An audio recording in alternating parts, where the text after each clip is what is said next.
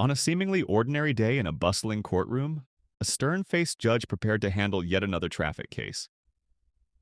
As the doors swung open, a poised black woman stepped in, her calm demeanor belying the challenges ahead.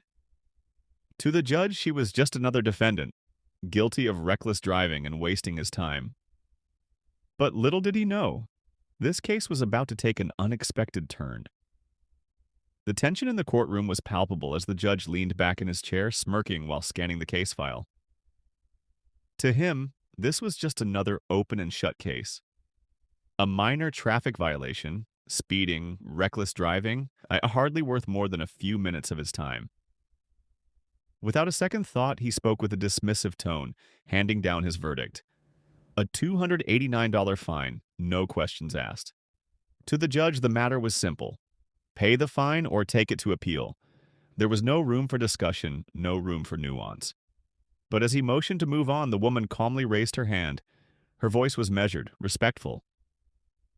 "Your Honor," she began, "I would like to explain my situation." The judge, visibly impatient, cut her off mid-sentence.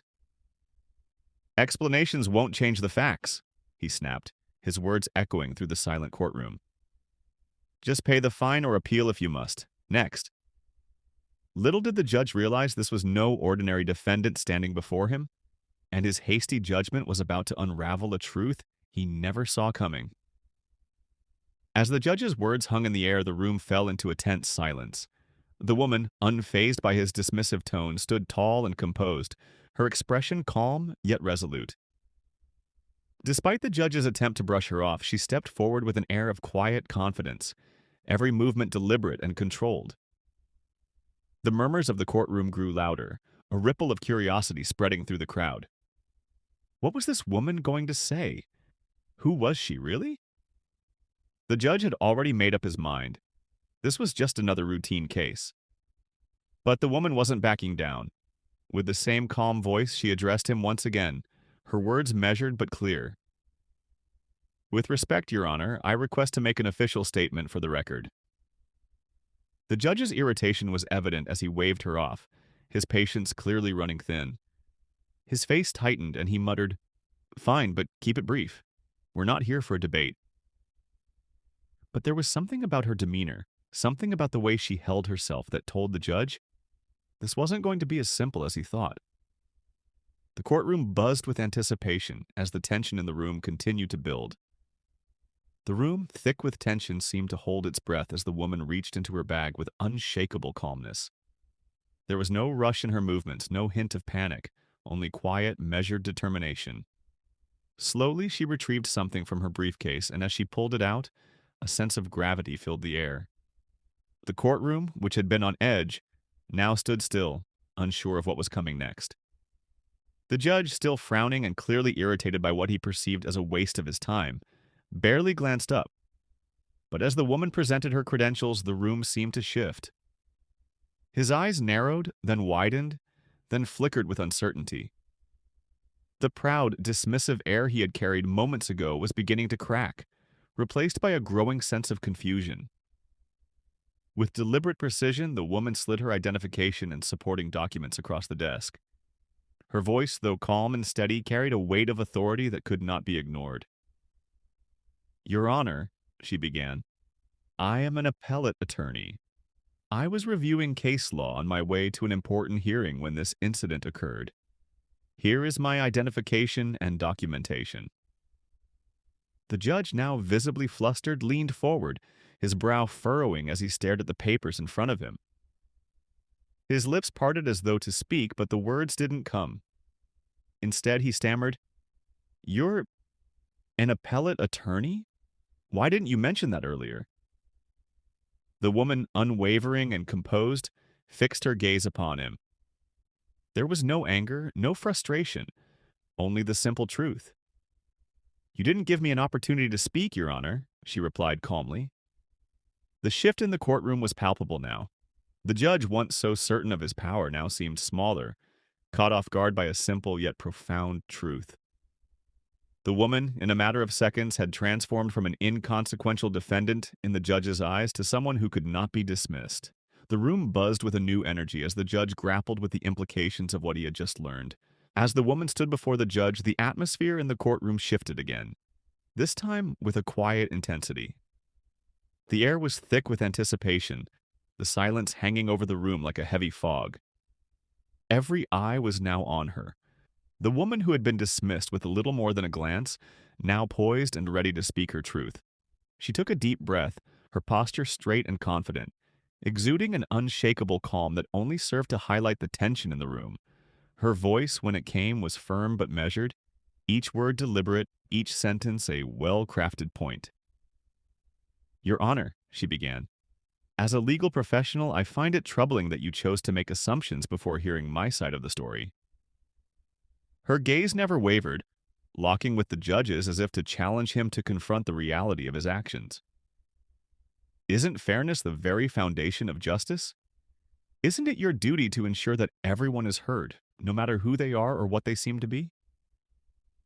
The judge's face flushed, his earlier confidence slowly crumbling in the face of her quiet yet powerful words. The arrogance he had carried with him moments ago was now replaced by a mix of regret and discomfort. He shifted in his seat, clearly unsettled, as if the weight of her question had reached deep within him. He knew she was right. He had made assumptions that could have cost her much more than just a fine. There was a long pause. The judge's eyes cast downward, perhaps in an attempt to collect himself, perhaps in acknowledgement of the realization that had slowly dawned on him. He let out a heavy sigh, his shoulders slumping slightly as the words escaped his lips. "You're absolutely right," he said, his voice softer now, tinged with an unmistakable trace of regret. "I regret my behavior. The case is dismissed." The tension in the room lifted, but not in the way one might expect. It wasn't a moment of celebration, nor of triumph. Instead, there was an almost somber stillness as the reality of the situation settled over everyone present. The woman had not only proved her point, but had also forced the judge to confront the consequences of his own actions. And in that quiet, humble acknowledgement, the true lesson of fairness and justice was learned. As the woman turned to leave the courtroom, her steps were slow and graceful, as if walking not just out of the room, but also through the very heart of what had just transpired. There was no need for grand gestures or visible triumph. Her quiet confidence spoke louder than any victory could. She had done more than simply prove her case. She had brought a lesson into the very space where justice was supposed to be upheld. Her presence, calm and dignified, lingered in the room long after she had left, a reminder that actions speak louder than words. The judge, left in the silence of his own thoughts, sat still at the bench, his gaze unfocused, his mind working through the events that had unfolded before him. For a moment he seemed lost in contemplation, the weight of the situation settling heavily upon him. His earlier arrogance, so confidently displayed, was now replaced by a deep, uncomfortable reflection. He was a man who had made a mistake, one that could have easily been brushed aside in a moment of pride or stubbornness. But today, the reality of his actions had been laid bare before him, forcing him to reckon with the very ideals he had sworn to uphold. In that moment of silence, the true lesson began to unfold, not just for the judge, but for everyone who had witnessed the exchange. Assumptions, it seemed, could cloud judgment even for those who were sworn to uphold justice. The rush to conclusions, the dismissal of others before understanding the whole picture, these were the traps into which even the most experienced could fall. But the woman, with her quiet resolve and unwavering professionalism, had shown him the path back to what truly mattered: fairness, respect, and the humility to admit when we are wrong. The lesson was simple yet profound.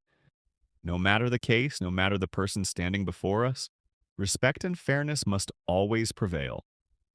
It is not enough to simply follow the law. One must also embody the principles of justice, ensuring that every voice is heard, every story considered, and every person treated with dignity. For in the end, it is not just about the verdict we deliver, but the fairness with which we deliver it.